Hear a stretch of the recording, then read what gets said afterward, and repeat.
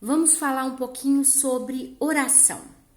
Deus disse para nós permanecermos firme na fé, porque a fé é o firme fundamento das coisas que não se vê, mas a certeza daquilo que se espera. Deus quer de nós que tenhamos fé, ainda que as pelejas e as batalhas sejam intensas. Lá em Lucas 18, Jesus vem contar uma parábola, né? E diz assim: e contou-lhes também uma parábola sobre o dever de orar sempre e nunca desfalecer. Às vezes, nós pedimos algo para Deus e nós não vemos a resposta, não ouvimos o que Deus está falando, porque estamos com muito barulho ao nosso redor.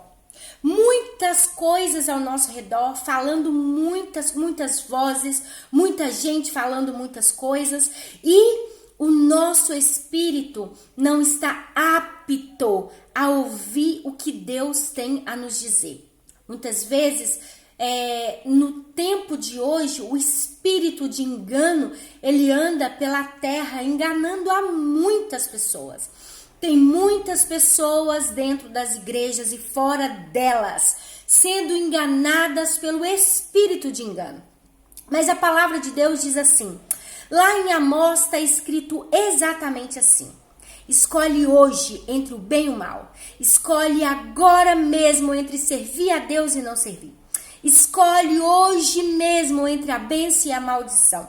O que Deus está dizendo para nós? Que se nós permanecermos em oração, se a gente for constante na oração, ainda que a gente não tenha resposta no presente momento em que a gente está desesperado, precisando de uma resposta, e a gente não tem, mas a gente permanecer na fé. Senhor, eu não tenho a sua resposta, mas eu creio em ti. E eu creio que o Senhor vai me responder. Deus vai te responder. Sabe por quê? No momento certo. O próprio Senhor Jesus, ele disse assim, ó: vocês não entendem agora, vocês não sabem agora, mas no futuro vocês saberão, vocês entenderão o meu agir.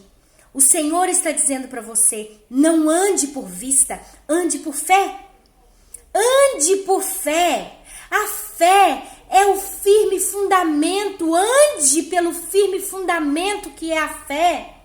Não esmureça o seu coração. Se você pediu ajuda ao seu vizinho, se você pediu ajuda ao seu parente, ao seu amigo. Ei, se você pediu ajuda a alguém, seja um empréstimo, seja um conselho, seja uma atenção, e se não veio nenhuma dos pedidos de socorro que você enviou, o SOS que você enviou, saiba você, Deus, ele pode te responder, mas não é no seu tempo. Não é no seu tempo, é no tempo de Deus. No tempo dele, todas as portas vão se abrir. No tempo dele, as coisas chegarão no lugar. Tá bom? Então olha isso. Havia numa cidade um juiz que não respeitava os homens e nem a Deus temia. Havia também naquela mesma cidade uma certa mulher, viúva, que ia ter com aquele juiz, que dizia: faze-me justiça contra o meu adversário. E por algum tempo não quis atendê-la.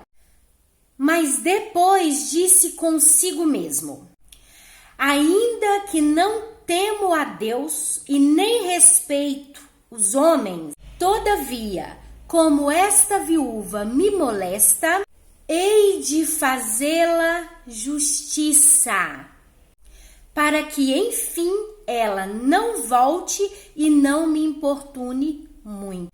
E disse o Senhor: ouve o que diz o injusto juiz. E Deus não fará justiça aos teus filhos, que o clama dia e noite ainda que tardio com eles? Digo-vos que depressa lhe fará justiça. Quando, porém, vier o Filho do Homem, porventura, achará fé na terra?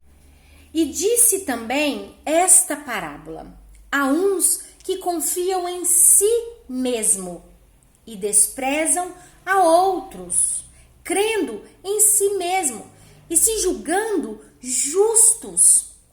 Mas a Bíblia diz que há um só verdadeiro juiz, que é justo, e este é o nosso Deus. Este é justo, e nas mãos dele tem uma balança, e essa balança não pesa mais para um lado do que para o outro. Essa balança é a balança da justiça. Deus é o justo juiz. Ele é a justiça e ele é a justiça na sua vida. Não faça justiça por si mesmo e não se julgue justo demais. A Bíblia também diz que uns confiam em carros, outros em cavalos, mas nós confiamos em Deus, que é o autor e consumador da nossa fé. Sem ele, nada se pode fazer. Deus é o juiz, Deus é o verdadeiro juiz. A balança da justiça está nas mãos dele. Ele sempre vai julgar com retidão, com equidade, porque ele é santo, ele é justo, ele é puro, ele é verdadeiro. A ciência está nele, o amor está nele, a temperança está nele, a longanimidade está nele, a bondade está nele. Ele é fiel e verdadeiro, ele é puro de coração, mas ele é amor, mas é também fogo consumidor. Então, se ele sabe julgar a sua causa com retidão, por que você está desesperado? Por que você não está confiando? Por que você não está dormindo?